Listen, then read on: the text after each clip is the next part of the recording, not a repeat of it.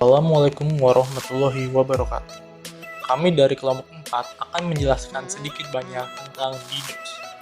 Apa itu DDoS?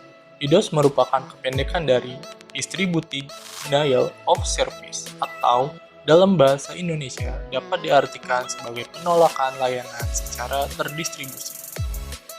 DDoS adalah jenis serangan yang dilakukan dengan cara membanjiri lalu lintas jaringan internet pada server, sistem, atau jaringan.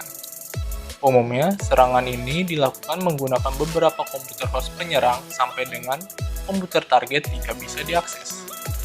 DDoS adalah serangan yang sangat populer digunakan oleh hacker.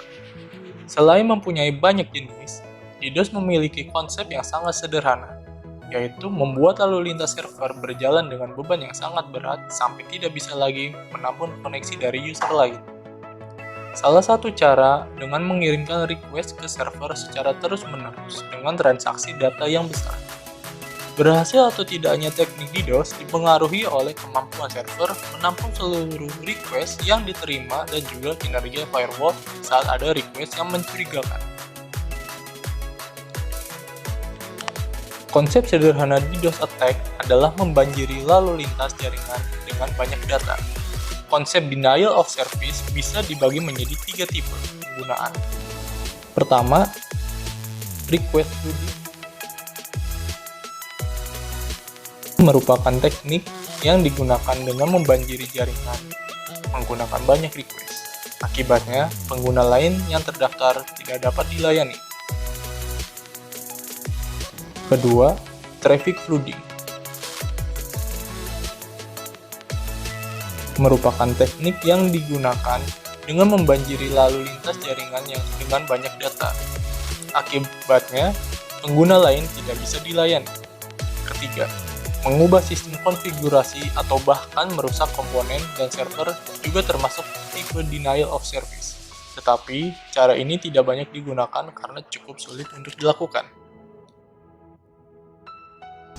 Sedangkan jika dikategorikan dengan berdasarkan layer OSI, ada serangan pada layer aplikasi, protokol, dan volumetrik.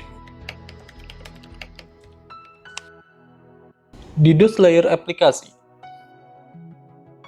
Kategori penyerangan ini adalah mengambil semua sumber daya dari target. Target dari serangan adalah layer di mana halaman website dieksekusi pada server dan mengirimkan respon ke HTTP request. Sangat ringan jika hanya melayani satu request, sedangkan akan menjadi masalah jika melayani banyak request secara bersamaan, apalagi jika menjalankan query database juga.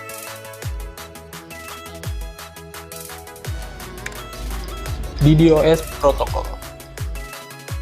Serangan ini mengeksploitasi TCP dengan cara mengirimkan paket SYN dengan spoof alamat IP dalam jumlah yang besar. Setiap koneksi yang masuk akan ditanggapi oleh server yang menunggu proses koneksi berjalan, namun tidak pernah terjadi. Hal ini akan mengakibatkan proses yang terus berjalan pada server yang dapat menyebabkan overload.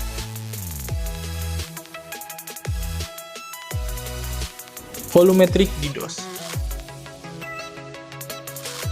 Tujuan dari serangan DDoS ini adalah menghabiskan semua bandwidth yang tersedia antara target dengan jaringan internet. Caranya adalah membuat lalu lintas yang sangat padat seperti penggunaan botnet. Ciri-ciri website Anda terkena DDoS. Pertama, bandwidth mengalami lalu lintas yang sangat padat secara drastis, baik download ataupun upload. Terjadi tiba-tiba dan berlangsung secara terus-menerus. Jika target adalah VPS, bisa jadi konsumsi bandwidth akan mencapai batas penggunaan sehingga VPS tidak bisa diakses. Kedua, load CPU menjadi sangat tinggi, padahal tidak ada proses yang dieksekusi yang mengakibatkan kinerja menjadi menurun sampai dengan website tidak bisa diakses. Ketiga, jika sistem Anda berada penyedia layanan VPS, terkadang Ada yang menyediakan layanan informasi jika sewaktu-waktu terjadi aktivitas yang mencurigakan pada server. Anda juga bisa mengaturnya sendiri.